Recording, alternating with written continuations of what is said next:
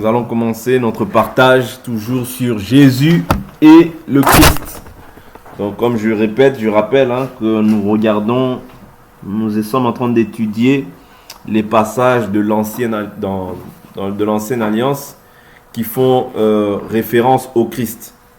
Je vous dis toujours, Israël avait la promesse du prophète, la promesse de Élie, la promesse du Christ.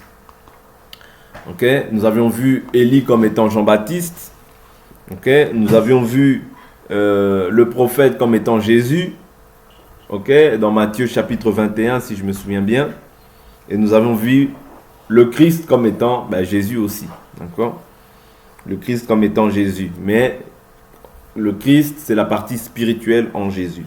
Nous avions dit aussi que le Messie, d'accord, dans l'ancienne alliance, il a été présenté sur plusieurs facettes. Donc, les prophètes annonçaient la naissance du Messie, le caractère du Messie et son ministère, vous voyez, le rejet du Messie par Israël, okay, les souffrances du Messie et la gloire qui s'en suivrait. Okay? Donc ça, c'est comme ça qu'il a été présenté. Le lieu de naissance, il y a aussi le fait qu'il doit être né d'une vierge. Vous voyez, donc toutes ces choses-là, c'était ce qui était attribué en fait au Messie. Ok? Donc, qui est bien sûr le Christ. D'accord? Donc, nous allons prendre encore quelques écritures. Quelques écritures aujourd'hui. Est-ce que quelqu'un peut me donner les écritures sur lesquelles on s'est entretenu hier, si ça ne vous dérange pas? Ésaïe 28. 1 Corinthiens 18, Acte 2, 2, Ésaïe 45, 4, Apocalypse 27, 13, AG 2, 9 tout à l'heure. Amen. Jean 2, 18, Éphésiens 1, 22, 2 Corinthiens 3, 7. Amen. Donc nous avions vu hier, par la grâce du Seigneur, que nous avions essayé de voir les prophéties toujours de l'ancienne alliance. La Bible nous dit dans le livre de AG 2 que la gloire de la seconde maison sera plus glorieuse que celle de la première. Nous avions vu que la première maison, c'était Israël. Okay? C'était Israël et que la seconde maison, c'est l'Église. Vous voyez? Parce que Israël adorait dans le temple physique, mais nous adorons comme un temple spirituel. La Bible nous dit dans le livre de Pierre, et vous, comme des pierres vivantes, édifiez-vous, vous voyez, pour former une maison spirituelle. Vous voyez, aujourd'hui, c'est une maison spirituelle que nous formons. Quand nous nous unissons comme ça, nous nous édifions comment? Autour de la parole. L'édification se fait autour de la parole, mais elle peut se faire aussi autour des dons. Vous voyez, autour des dons spirituels. Vous voyez, parce que la Bible nous dit, puisque vous recherchez à avoir les dons spirituels pour l'édification. Vous voyez? Donc, on recherche les dons aussi, c'est pour l'édification. Mais le don qui bâtit la foi des enfants de Dieu, c'est l'enseignement. Vous voyez? C'est l'enseignement. On ne bâtit pas avec les dons. Non. Le don, c'est afin d'attester que Jésus-Christ est vivant. Vous voyez? Don de puissance, don de puissance, don de révélation et don d'inspiration. C'est trois groupes de dons dans lesquels on voit la prophétie, parole de connaissance, parole de sagesse, les miracles, la diversité des langues, l'interprétation des langues, quoi encore, parole de sagesse, discernement des esprits. Vous voyez, toutes ces choses-là, ce sont les dons que nous voyons. Ok? Miracles, guérison et tout. Donc, avançons, nous allons prendre encore quelques autres prophéties liées toujours au Christ. Nous étions, je vais essayer de voir encore le livre de notre frère Ésaïe.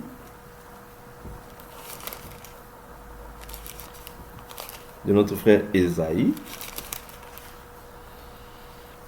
ne veux pas repartir sur Ésaïe 53, mais c'est dans Ésaïe 53 parce qu'on l'avait partagé, on avait fait partager en long et en large Ésaïe 53. D'accord? Mais dans Ésaïe 53, c'est vraiment là où on voit vraiment la prophétie qui est liée au Christ. Vous voyez? Dans Ésaïe 53, on voit qu'il est écrit verset 2, il s'est levé, lui, comme un rejeton. Vous voyez, comme une racine qui sort d'une terre assoiffée. Il n'avait ni apparence ni éclat pour que nous le regardions. Et son aspect n'avait rien pour nous attirer.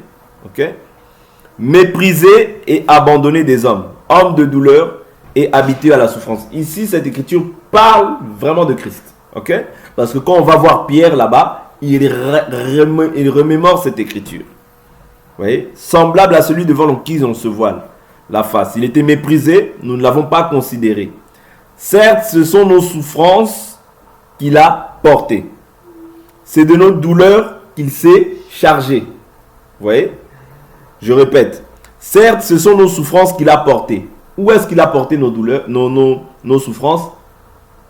À la croix. C'est-à-dire, quand il s'est fait fouetter, en réalité, quand il se faisait... lorsqu'il se faisait crucifier, vous voyez, il a porté les douleurs des hommes. Ok, parce que c'est pour nous qu'il s'est offert. La Bible nous dit, personne ne m'ôte la vie, mais c'est moi qui la donne pour la vie du monde. Vous voyez? Donc quand il se donne, en réalité, c'est pour toi et moi. Voilà pourquoi il s'est... Vous voyez? Le châtiment qui nous donne la paix à nous est tombé sur lui. Vous voyez? C'est de nos douleurs qu'il s'est chargé. Et nous l'avons considéré comme atteint d'une plaie. Comme frappé par Dieu et humilié. Voilà pourquoi il faut comprendre que quand on voit Christ être frappé par Dieu et humilié, toi aussi il faut te dire que tel il est, tel nous sommes.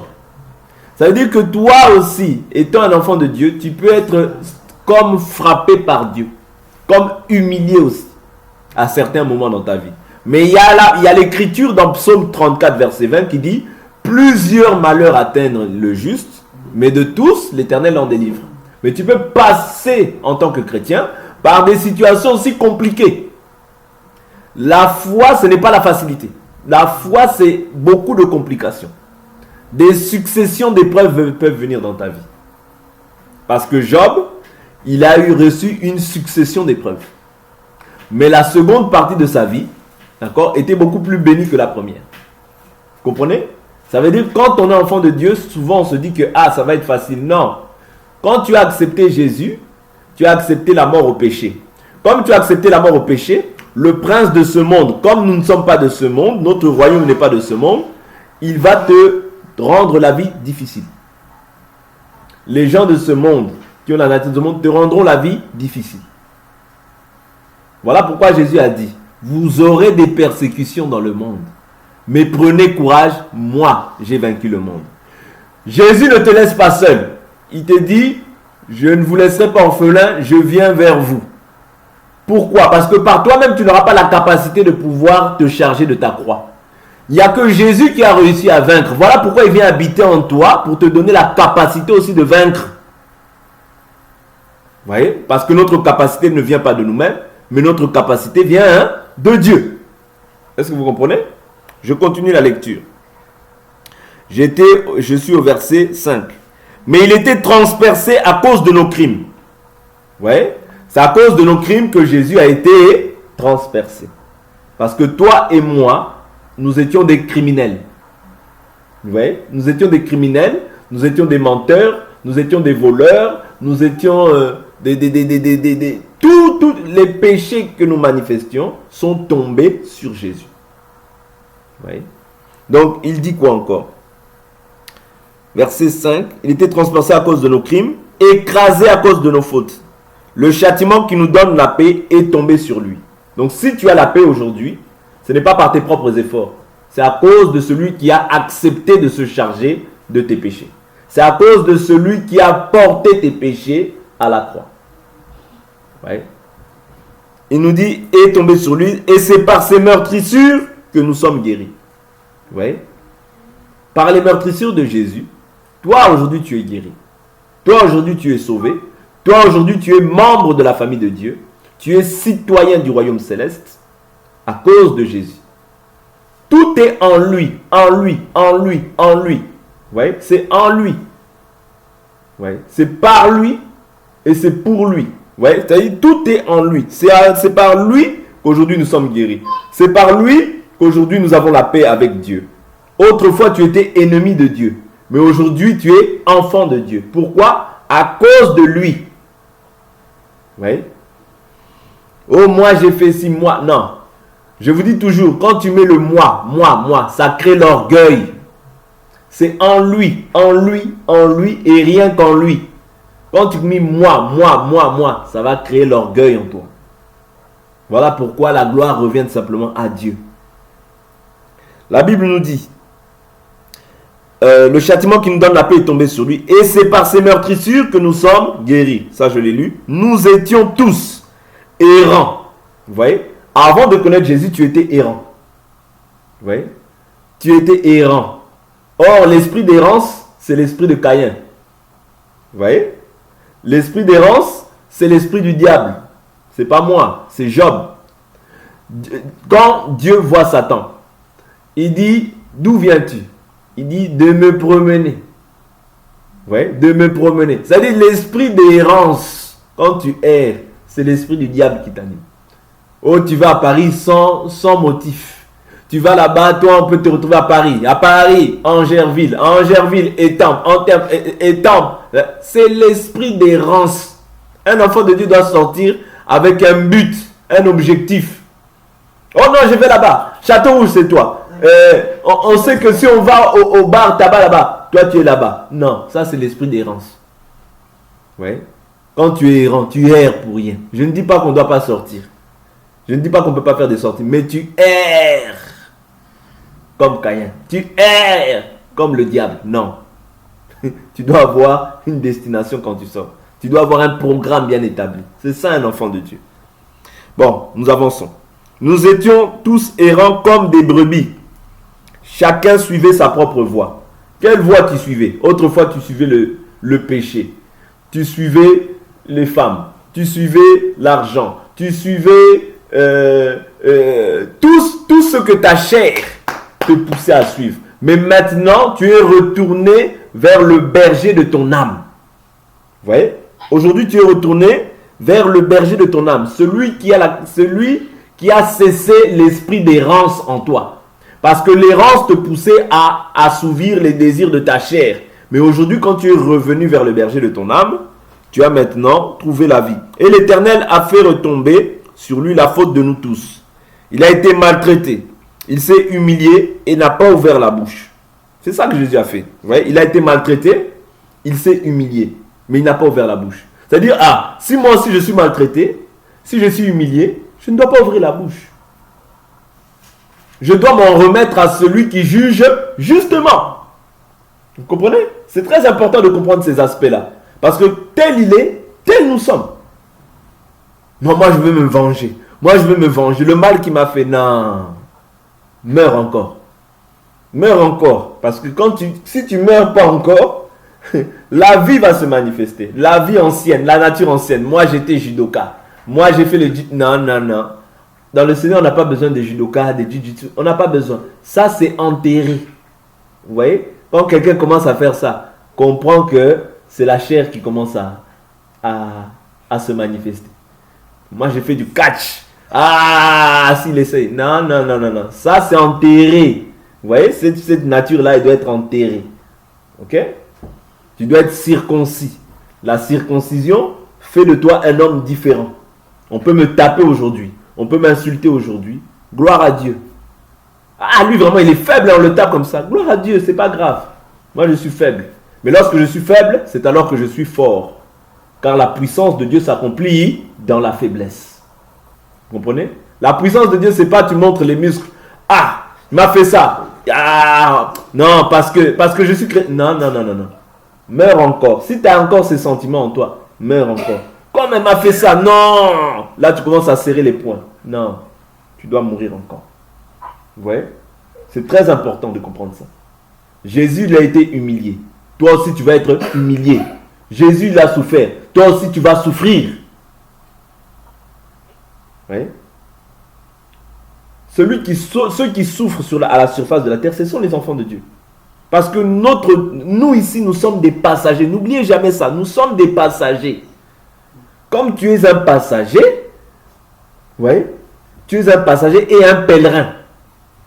Vous Vous comprenez? Tu es un pèlerin sur cette terre. N'oubliez jamais ça. Oui. Comme tu es un pèlerin, tu vas souffrir. Les gens ne se retrouvent pas en toi. Pourquoi? Parce que tu n'es pas des leurs. Tu es dans ce monde, mais tu n'es pas de ce monde. Vous comprenez? Ce qui est arrivé à Isaac doit arriver aussi à toi. Isaac a été persécuté par celui qui était engendré selon la chair, c'est-à-dire Ismaël. Toi et moi, nous sommes enfants de la promesse. Voilà pourquoi tu es persécuté. Est-ce que vous comprenez? C'est pas parce que toi, t'es comme ça, t'es grand, t'es gros, ou bien t'es petit. Non, c'est à cause de l'esprit. Comme tu as l'esprit de Dieu, le diable, quand il voit la lumière qui est en toi, ne peut pas rester tranquille. Il doit susciter des adversaires. Des gens qui vont te haïr. Parce que tu ne fais pas comme eux. Parce que tu n'agis pas comme eux. Pourquoi? Parce que tu n'as pas la même destination qu'eux. Eux, leur regard s'arrête sur la terre. Toi, ton regard, il s'arrête au ciel. Voilà pourquoi la Bible nous dit, je fixe mes regards vers les montagnes. D'où me vient le secours? Le secours me vient de l'Éternel. Mon secours me vient de l'Éternel. Vous voyez? Les hommes qui fassent leur conciliabule, qui fassent leur complot, c'est pas grave. Moi, je m'attends à Dieu. Vous comprenez? Jésus a souffert. Armons-nous aussi de la même pensée. Tu vas souffrir aussi sur cette terre. Même si tu te caches en dessous de ta table, tu finiras par souffrir. Parce que notre maître aussi, la Bible nous dit, s'ils ont fait cela au bois vert, qu'en sera-t-il du bois sec? Or, le bois sec, c'est toi et moi. Le bois vert, c'était Jésus. S'ils l'ont persécuté, ils vous persécuteront aussi. Nous ne sommes pas de la même nature. Nous n'avons pas la même nature. Toi, tu es fils du roi des rois. Tu n'es pas n'importe qui. Mais celui qui te touche, il touche à Dieu. C'est ça qu'il faut se dire. La Bible nous dit, celui qui vous touche, touche à la prunelle de mon œil. Quand on touche un enfant de Dieu, on touche à Dieu. Voilà pourquoi quand Saul persécutait l'église, Jésus l'a frappé.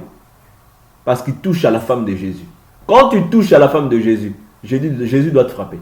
Tôt ou tard, Jésus va se lever pour toi. Voilà pourquoi ne craignez pas ce que les hommes craignent. Continuons à craindre Dieu. Ne te dis pas, comme le mal, on m'a fait trop de mal. Maintenant, moi aussi, je vois que l'injustice, en fait, c'est ça qui paye. Ça ne paye pas.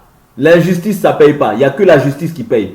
Continue à être fidèle et droit. Dieu se lèvera le dernier. Dieu, dans ton histoire, se lèvera le dernier. Ouais. Ne te dis pas, je vais rendre le mal pour le mal. Non. Bénis Dieu. Bénis Dieu et avance avec Dieu. Tu verras ce que Dieu fera. La Bible nous dit, l'Éternel, notre Dieu, ne sommeille ni ne dort. Le Dieu d'Israël ne sommeille ni ne dort.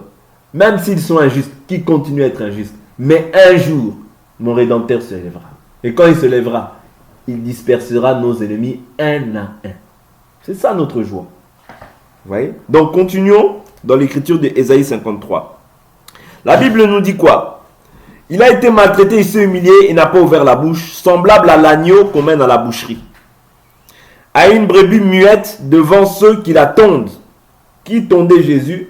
C'était à la croix. Vous voyez? Il a été déshabillé. Or, la tondaison, ou bien quand on te tonde, c'est quand on enlève les vêtements. On peut appeler ça comme les vêtements de la brebis. Vous voyez? Quand on enlève tes vêtements, Jésus a été tondu à la croix. Il n'a pas ouvert la bouche. Il a été emporté par la violence et le jugement. Dans sa génération, qui s'est soucié de ceux qui a été retranchés? De la terre des vivants. À cause des crimes de mon peuple. Vous voyez? De la plaie qui les avait atteints. Quelle plaie les avait atteints? Le péché. Vous voyez? La plaie qui les avait atteints, c'est le péché. On a mis sa tombe parmi les méchants. Vous voyez? C'est qui a été mis parmi les méchants? C'est Jésus. Vous voyez? C'est Jésus. À côté de lui, il y avait qui? Il y avait 2 brigands. Vous voyez? Il y avait 2 brigands. Il dit quoi? Son sépulcre avec le riche, quoiqu'il n'ait pas commis de violence, et qu'il n'y ait pas eu de fraude dans sa bouche. Vous voyez?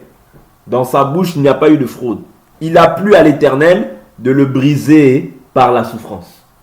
On avait partagé ça en long et en large quand on avait partagé sur le brisement. Souvenez-vous. Vous voyez? Il a plu à Dieu comment de le briser par la souffrance. Voilà pourquoi ton brisement, ne peut se faire que par la souffrance. Ton brisement à toi, enfant de Dieu, ne peut passer que par la souffrance. Parce que Dieu veut te donner la vraie forme. C'est-à-dire, quand tu passes par le brisement, tu vas maintenant avoir la forme que Dieu veut. Le caractère de Christ. L'amour, la joie, la paix, la patience, la bonté, la douceur, la bienveillance, la fidélité, la maîtrise de soi. Ça ne se fait que par la souffrance. Quelqu'un qui veut obtenir des choses vite, vite, vite, certainement, Dieu le rattrapera plus loin. C'est-à-dire, peut-être que tu vas chercher à échapper, à zigzaguer, mais Dieu va toujours te rattraper pour te ramener au point où il veut te faire passer. Tu ne peux pas échapper à la souffrance. La souffrance, c'est un passage obligé pour les enfants de Dieu. Même si tu fuis, Jonas a fui, mais Dieu l'a rattrapé par le poisson. C'est-à-dire, il est revenu au point de départ pour faire ce que Dieu lui avait dit. Voilà pourquoi on ne fuit pas la souffrance, on l'affronte. Vous voyez? Il a plu à l'Éternel de le briser par la souffrance. Après s'être livré en sacrifice de culpabilité. Ok? Voilà pourquoi je vous ai toujours dit que quand Jésus s'est offert en sacrifice de culpabilité, toi tu ne peux plus culpabiliser. Même si tu as commis des fautes, des erreurs graves, Jésus a porté ta culpabilité sur son corps. Toi, quand tu demandes pardon, c'est fini. Tu ne culpabilises plus. Oh, j'ai fait ça. Non. Tout ce qui va venir par la suite, c'est le diable. Les gens qui viennent t'accuser. L'accusateur de nos frères, c'est le diable. Parce qu'un frère ou bien une sœur n'accuse pas un frère. Non. Au contraire, elle prie. Seigneur, donne la force. Seigneur, fais ci. Seigneur, fais ça. Vous voyez? Elle intercède. Vous voyez? Mais celui qui accuse, en réalité, c'est le diable. Vous voyez? Parce que l'accusateur de nos frères, c'est le diable. Vous voyez? Mais le Jésus, lui, ne nous accuse pas. Jésus, qu'est-ce qu'il fait? Jésus nous justifie auprès du Père. Parce que la Bible nous dit, c'est Moïse qui vous accuse. Celui, lui, en qui vous avez mis votre foi. Vous voyez? Donc, celui qui nous accuse auprès du Père, c'est Moïse. Vous voyez? Ce n'est pas Jésus. Jésus, lui, nous justifie. Vous voyez? Jésus nous justifie. Ok? Jésus ne nous accuse pas. Est-ce que vous comprenez? Jésus ne nous accuse pas auprès du Père, mais Jésus nous justifie plutôt. Ok? Donc c'est très important de comprendre ça. Ok? Donc il dit, après s'être livré en sacrifice de culpabilité, ok? Il verra une descendance et prolongera ses jours. Et la volonté de l'Éternel s'effectuera par lui. Okay? La volonté de l'Éternel s'effectuera comment? Par lui. Ça, c'est très important à comprendre pour que nous comprenions que réellement, celui qui a effectué la volonté de Dieu, c'est Jésus. Ouais. C'est par lui que s'effectue la volonté de Dieu, par personne d'autre. Ouais. Voilà pourquoi je vous ai toujours dit, si on passe par une autre personne ou par un autre nom, on est déjà dans l'égarement. Même si on ne veut pas. Parce que la Bible a déjà déterminé par qui s'effectuera la volonté de Dieu. Ouais. Or, en dehors de Jésus, ce n'est plus la volonté de Dieu. C'est les raisonnements humains. C'est les démons. C'est les idoles. Ouais. Oh Kimbangu, démon. Oh Branham, démon. Oh pentecôtiste, démon. Catholique, démon. C'est pas moi, c'est la Bible. La volonté de Dieu s'effectuera par lui. Or, par lui, là, c'est tout un modèle. Parce que lui-même, il a dit, je ne prie pas simplement pour vous, mais je prie pour tous ceux qui croiront en moi au travers de vous, c'est-à-dire les apôtres. Quand tu crois, tu ne crois pas selon que les apôtres ont posé le fondement. Tout ce que tu crois là, c'est des croyances. Mais les démons aussi, ils croient. Les démons, ils croient que Dieu existe. Mais qu'est-ce qu'ils font? Ils tremblent. Comprenez? Or, toutes ces religions, c'est les démons. Il n'y a pas Dieu. Parce que Dieu, je vous dis toujours, c'est le modèle. Avançons. Il dit, après les tourments, verset 11, après les tourments de son âme, il rassasiera ses regards par la connaissance qu'ils auront de lui. Vous voyez? Après les tourments de son âme, il rassasiera ses regards par la connaissance qu'ils ont de lui. Mon serviteur juste, ça j'aime beaucoup, mon serviteur juste justifiera beaucoup d'hommes. Si aujourd'hui toi et moi nous sommes justifiés, c'est par la grâce de Dieu. Ne te dis jamais que c'est tes propres efforts. Non. Si tu es justifié aujourd'hui, c'est parce que lui, Jésus, a accepté la mort pour toi. C'est-à-dire que par sa mort, sa résurrection, toi, tu es devenu juste. Oui. Voilà pourquoi l'œuvre de la justification, même si tu as fait le mal, demande simplement pardon. Parce que l'œuvre de la justification, ça ne dépend pas de toi, ça ne dépend pas de tes efforts, mais ça dépend de Dieu. Si ça dépendait de toi, ou bien si ça dépendait de l'homme, tous les hommes seront sauvés. Mais tous les hommes ne sont pas sauvés parce que Dieu a aimé les siens. Comme Dieu t'a aimé, il t'a justifié. Oh, tu avais tué, tu avais volé, tu avais fait des choses abominables autrefois. Tu es devenu juste. Dès lors où tu rentres en Jésus, c'est fini. Jésus t'a justifié. Et je vous dis toujours que cette parole nous sert d'un sceau. Un sceau, c'est quelque chose qui est irrévocable. On ne revient pas sur cette décision. Quand tu as reçu Christ dans ta vie, même si tu as fait des erreurs, même si tu as fait des fautes, ne culpabilise pas parce qu'il s'est déjà offert pour toi en sacrifice de culpabilité. Tu ne peux plus culpabiliser. Quand tu as demandé pardon sincèrement à Dieu, c'est fini. Parce que quand tu as reçu Christ, tu es justifié. C'est fini. C'est-à-dire, c'est un sceau, c'est quelque chose, c'est-à-dire, c'est terminé. Éphésiens chapitre 1, versets 13 à 14. Vous voyez? Il nous a scellés de son sceau. Vous voyez? Tu es scellé. Aujourd'hui, le Saint-Esprit, c'est le gage de notre héritage. Tu ne mourras plus. C'est fini. C'est ça qui doit être ta joie. C'est que tu as reçu la vie éternelle en toi. C'est terminé. Jésus t'a justifié. Il t'a rendu juste. Pas par tes... C'est vrai, tu dois te discipliner dans cette chair. Mais ce n'est pas par tes efforts. Mais c'est la grâce de Dieu. Parce que la grâce de Dieu, c'est Dieu qui vient vers toi. Ce n'est pas toi qui viens vers Dieu. C'est Dieu qui vient vers toi. Voilà pourquoi la Bible nous dit, nul ne peut venir au Père si le Père ne l'attire afin que je le ressuscite au dernier jour. Vous voyez? C'est Dieu qui t'attire à lui. Est-ce que vous comprenez? Afin que tu ressuscites au dernier jour. Est-ce que vous comprenez? Donc nous sommes justifiés par la grâce au moyen de la foi. Quand tu crois, ouais, tu es devenu juste. Tu ne mourras plus. Moi je sais que si je meurs même aujourd'hui, je vais auprès du Seigneur. Ça c'est ma foi. Celui qui ne croit pas, il ne croit pas, c'est son choix. Mais moi j'ai cette foi-là. Pourquoi? Parce que les Écritures ont dit, si je meurs, je vais auprès de Dieu. Je veux me reposer. Donc vous ici, vous allez pleurer, c'est votre problème. Mais moi, je veux me reposer. Parce que moi, si un enfant de Dieu, il meurt, moi, je veux être dans la joie. Je veux être dans la joie. Je veux dire merci Seigneur parce que tu as pris notre frère. Maintenant, lui, il nous a devancés dans le royaume. Il est dans la paix, dans le repos éternel. C'est ça en réalité. En réalité, pour nous, la mort, c'est un gain. On pleure, oh, il est mort. Mais non, il nous a précédés dans le royaume.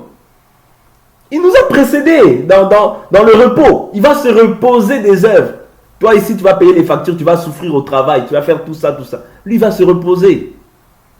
Et ça, c'est la vraie retraite. La vraie retraite, c'est ça, c'est la mort, en réalité, pour nous. Vous voyez? En Christ, bien sûr. Vous voyez, quand tu meurs en Christ, tu as gagné, frère. Tu as tout gagné. Donc, si tu meurs même aujourd'hui, bon, gloire à Dieu. Si tu meurs aujourd'hui, moi, je veux glorifier Dieu. Je ne vais pas pleurer. Pourquoi je veux pleurer?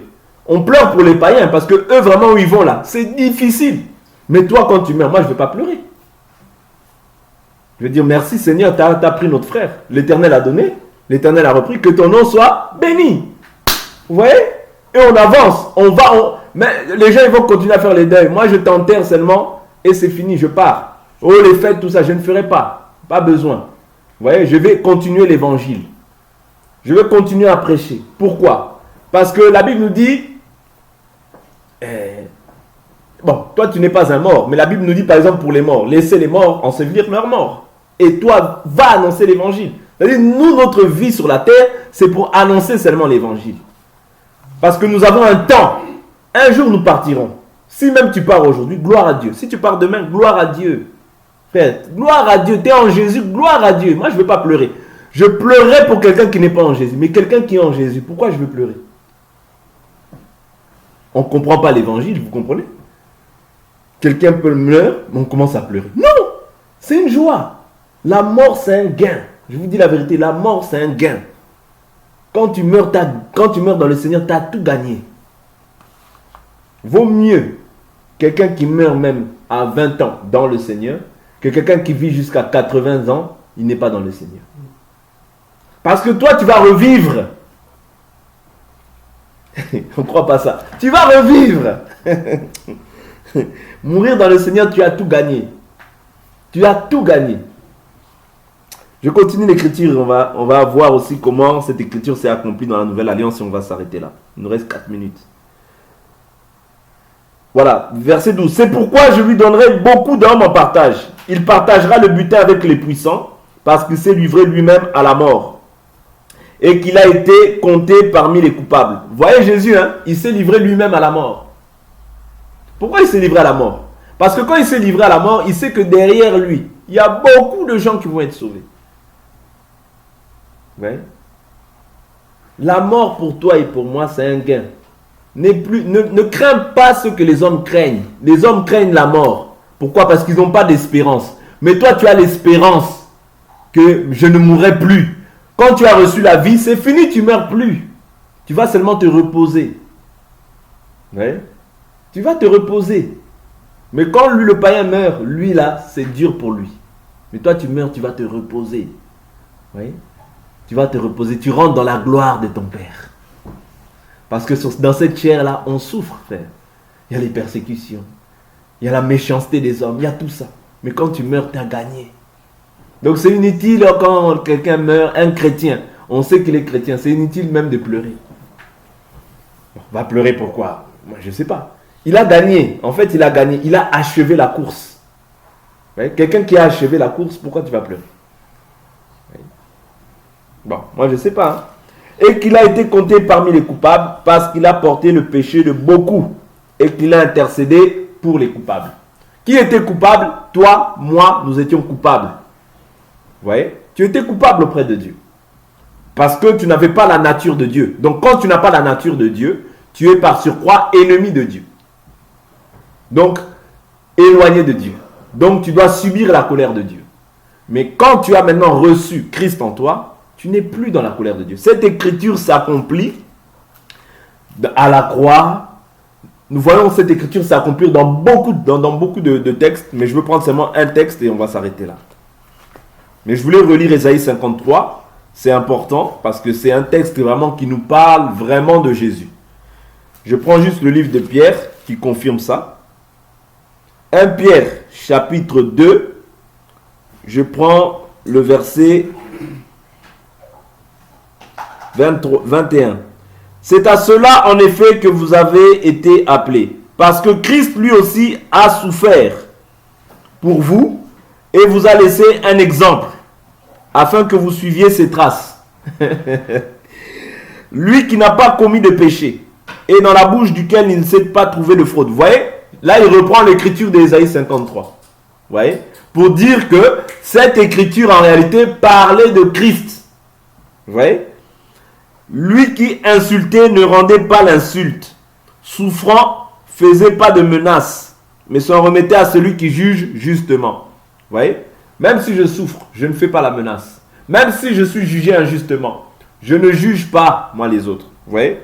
Lui qui a porté nos péchés en son corps sur le bois, afin que, mort à nos péchés, nous vivions pour la justice. Lui dont la meurtrissure vous a guéri. Vous voyez? Là, il reprend l'écriture d'Ésaïe 53. Pour nous faire comprendre que Ésaïe 53 s'accomplit en Christ. Voilà pourquoi quand tu rentres en Christ, tu es guéri de toutes tes meurtrissures, toutes tes blessures, tu en es guéri. C'est ça qui doit être ta joie. Peu importe les plaies qui viennent dans ta vie. Peu importe le péché qui peut se manifester dans ta vie, Jésus a tout accompli pour toi. Ne culpabilise plus. Sois toujours dans la joie à cause de la vie que tu as reçue. C'est ça ta joie. Notre joie ne dépend pas par rapport à tout ce qu'on peut avoir. Non, notre joie dépend qu'on soit réconcilié aujourd'hui avec notre Créateur. C'est ça notre joie. Vous voyez? Que tout n'aille pas, que tout aille bien, je glorifie Dieu. Parce que tout concourt au bien de ceux qui aiment Dieu et de ceux qui sont appelés selon son dessein. Soyez richement bénis. On va s'arrêter là pour aujourd'hui. Je prends juste le verset 25, le dernier verset. Car vous étiez comme des brebis errantes, mais maintenant vous êtes retournés vers le berger et le gardien de vos âmes. Vous voyez, ici, on nous parle encore de Jésus. C'est-à-dire, qui est le berger de ton âme? C'est Jésus. Qui est le gardien de ton âme? C'est Jésus. Vous voyez? Voilà pourquoi tu dois avoir de l'assurance et de la joie. Vous voyez? De la joie, pourquoi? Parce que Jésus a tout accompli pour toi. À la croix, il a dit, tout est accompli. Vous voyez? Même lorsque tu vois la difficulté venir, toi, il faut que tu te dises simplement que, comme la difficulté, elle est venue, Dieu a déjà donné Dieu a déjà donné la solution pour que cette difficulté-là soit maintenant, c'est-à-dire qu'elle s'en aille aussi. Parce que de la même manière que la difficulté vient, de la même manière que le problème vient, Dieu t'a déjà mis en toi la capacité de pouvoir supporter cette difficulté. Il n'y a aucune difficulté qui nous a été humaine, il n'y a aucune difficulté qui peut nous dépasser. Non. Aucune. Aucune. Vous voyez? Donc que Dieu nous donne la force. Sachez que quand tu es en Christ, Dieu a tout accompli pour toi déjà. Vous voyez? La difficulté vient, il y a déjà la solution. Je vous dis toujours, on ne combat pas pour la victoire, mais dans la victoire. Que Dieu nous bénisse, on s'arrête là.